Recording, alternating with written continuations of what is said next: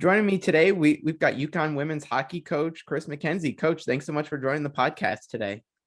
Pleasure to be here. Thank you.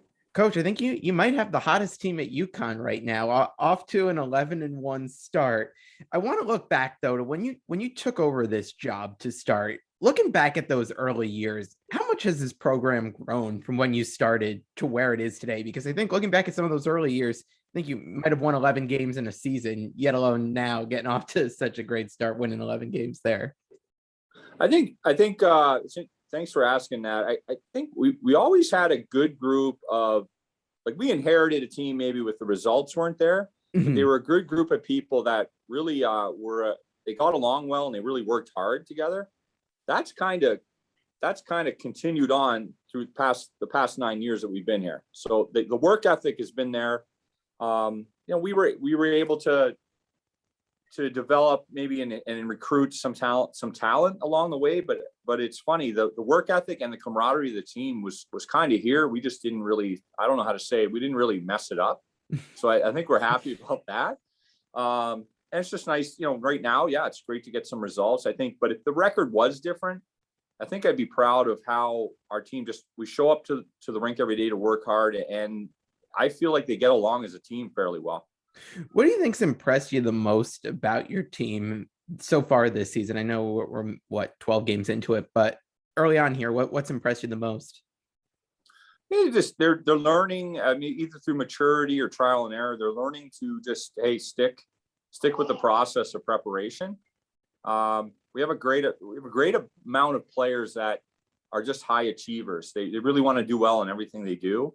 So if it's not hockey, it's school. They stress out about school. Like they're hard on themselves to the point where I literally have to have a comedy show to lighten the mood, because their level of how they want to achieve and how they do it, they're so stressed out about it that they don't need a coach piling on them to kick them in the butt. They need like a comedy show here. So that's kind of nice to have that. And I respect the way our team really wants to just achieve at a high level on everything. I know if you walk down the hall there, Gino will be the first one to tell you that even when his team's off to a really good start and they've won, a number of games in a row, he's still able to find things that he's looking for to tweak there. As you head down towards the rest of the season here, what are you looking to improve with the team to have continued success the rest of the season? We'll constantly tinker with the lineup, maybe switch the lines a little bit. I agree with your assessment of Gino. I've seen a handful of practices over the years, and you'd think if you're watching the practices, you would think they've been losing 10 in a row or something. He's on them. He's their nemesis, and it's actually pretty good. And I think they it's a thing with coaches, if you're winning, you can be a little harder on them. Yeah. So that's the one thing. And I think I've seen that with him, and I've learned it from other coaches too, but no, we're trying to improve everything, and everyone's trying to individually improve their game in some way. And collectively, that helps the team.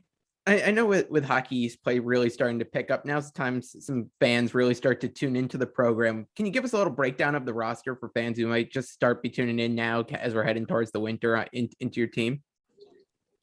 The breakdown of our roster, we have 5 grad transfers. So those are people that have graduated and they're playing their quote 4th or 5th year with our team. Natalie Snodgrass is our captain, who's back for her 5th year, and has kind of been probably one of the best players that's ever played in this program. And she has a tremendous work ethic and sets a great example. We have our 2 other captains, Danny Fox and Vicky Harkness, are playing really well. They're true seniors, and they're doing a great job too. So it starts kind of at the top with them. In net, Sam Carpentier-Yell is a senior. She's doing really well. And we have a freshman that's already had 2 shutouts. So we feel pretty confident in that.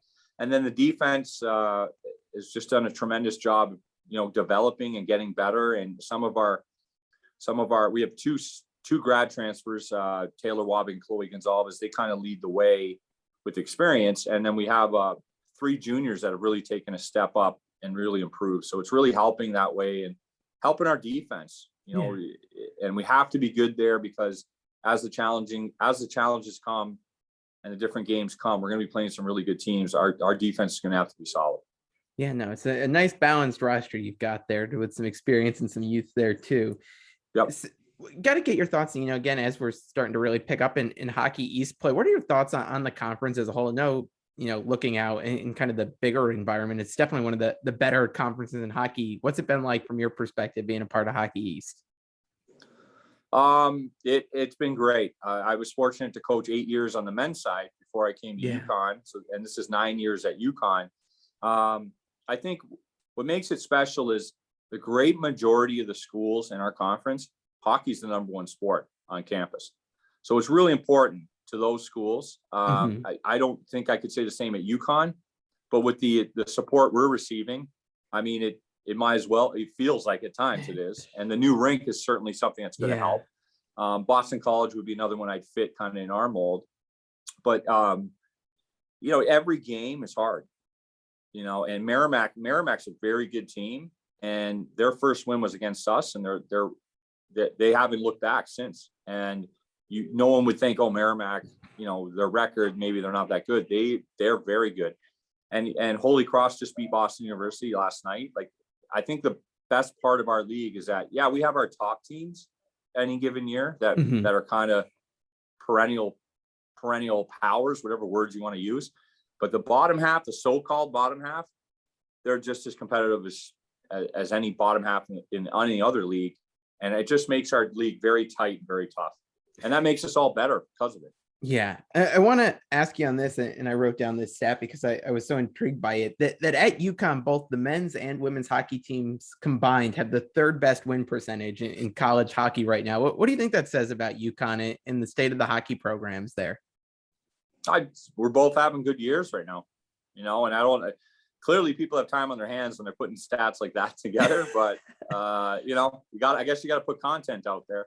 Yeah. I would say, it's good.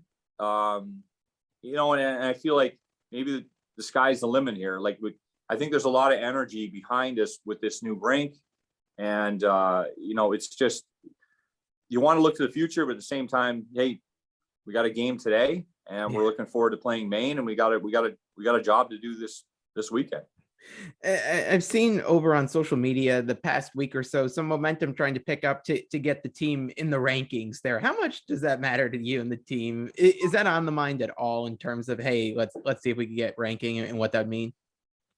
Not really. I mean, I don't know.